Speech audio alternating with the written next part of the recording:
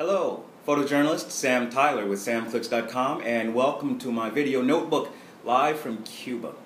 About 20 minutes ago, I got a phone call that I've been waiting here for about the past 4 weeks. Actually, I've been waiting for this phone call about the past 4 years, and it's a development in access to a story. And oftentimes in the field, you don't know what's going to happen until you show up. So I'm going to show up, and I will let you know what happens and certainly keep you posted in that respect. I wanted to check in quickly. Frequently people ask if they can travel with me on assignment. And I don't know that can happen anytime soon for a variety of reasons. Some of them are logistical, some of them, well, just a variety of different reasons. I do travel and look forward to traveling with people in groups for photo workshops and teaching it in different countries. But in terms of assignment, it's a difficult thing. But people have also asked, what do I travel with when I am on assignment? And I enjoy bringing folks with me on in my video notebooks. And so I'm going to take a moment and just show you what's in my gig bag when I travel. This is the bag. It's about half the size of the bag that I used to travel with. Actually, it's exactly half the size.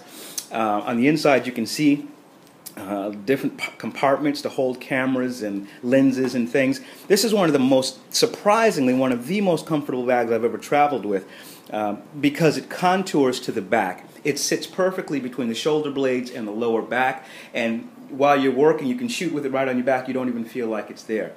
This is my camera. It's a D200, a Nikon D200, and it's mounted with a 17 to 35 2.8 lens. And on the body of the camera I've added a motor drive, which increases the frame rate by 1 to 2 frames depending on the setting. And it also allows me to switch from horizontal to vertical shooting, which really comes in handy. Sometimes I travel with 2 cameras where and when possible, but on this gig it's just been the one, and it's worked out absolutely fine. A few other things. This is the iPod. Have music on this.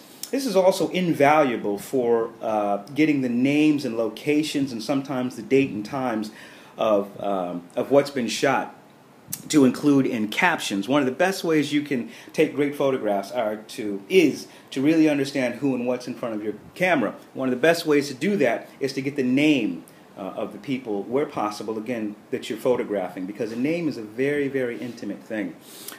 Business cards here. Never know who you're going to sit next to on the plane. On the plane right over here, as a matter of fact, I sat next to the director of a documentary photography program at a major university, so he certainly got one of those. More cords, assorted items.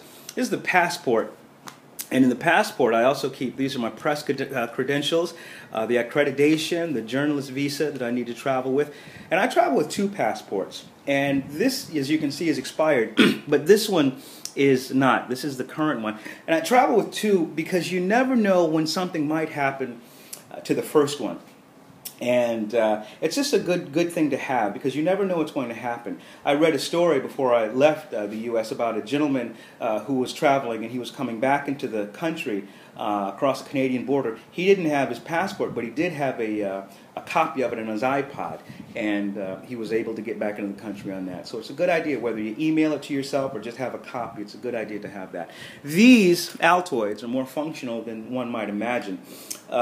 These children and oftentimes adults love these. Just as a wonderful, wonderful icebreaker. You can just pop one in, and you can see people's heads turn, and they sort of want to know what that is. When you give one to them, particularly kids, you have a new best friend.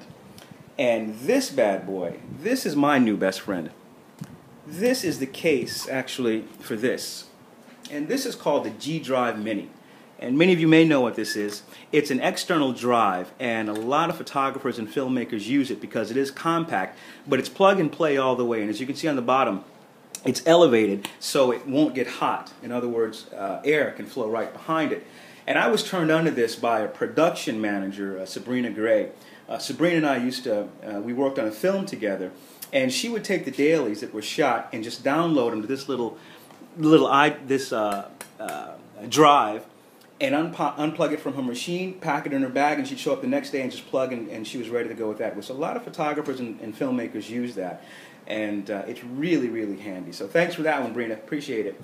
The computer, I opted for a 17-inch screen on my iMac, only on my PowerBook, only because a 17-inch, it's 2 more inches obviously bigger than the 15, but it allows me to see photographs in greater detail than it would on a 13 or 15-inch screen. The trade-off is a pound or two when you're traveling, but for me the trade-off is worth it. And obviously the iPod, at least this is the iPad, and this is the cover, and I'm shooting the HD right now on my iPad. Local currency here, Cuba, and there are 2 types here in Cuba, so it's good to have both kinds I keep in my pocket. It's also good to keep some American currency on you when you're returning, because you may need some cash in the airport. In terms of and here's batteries, extra batteries. One is on the charge and one is ready to go. I travel with plenty of them because without fail, when you get that perfect shot, the battery goes dead. So I always keep them on the charge that way. I keep it light and tight when I travel. As you can see, this jacket was just a gem of a find. It's heavy enough to keep you warm, but light enough to work in this tropical air. There's a hood on the back so that if it does start to rain, you know you're good to go. Someone told me once when you're traveling, you should put all the clothes that you think you'll need on the bed and then take half of them off and pack that half. And that's sort of the rule of thumb that I go by. One thing that I always include are at least 1 pair of nice slacks and 1 nice shirt, because you never know when you're going to get invited to an event by an ambassador, and that has happened to me twice now. Comfortable shoes, obviously, comfortable hiking socks. You can see the bag also that I travel in. It's just one, and then the backpack, and then a smaller bag that's hanging here on the door, which is good when you just have to grab a camera and head out the door. 1 camera fits perfectly in that.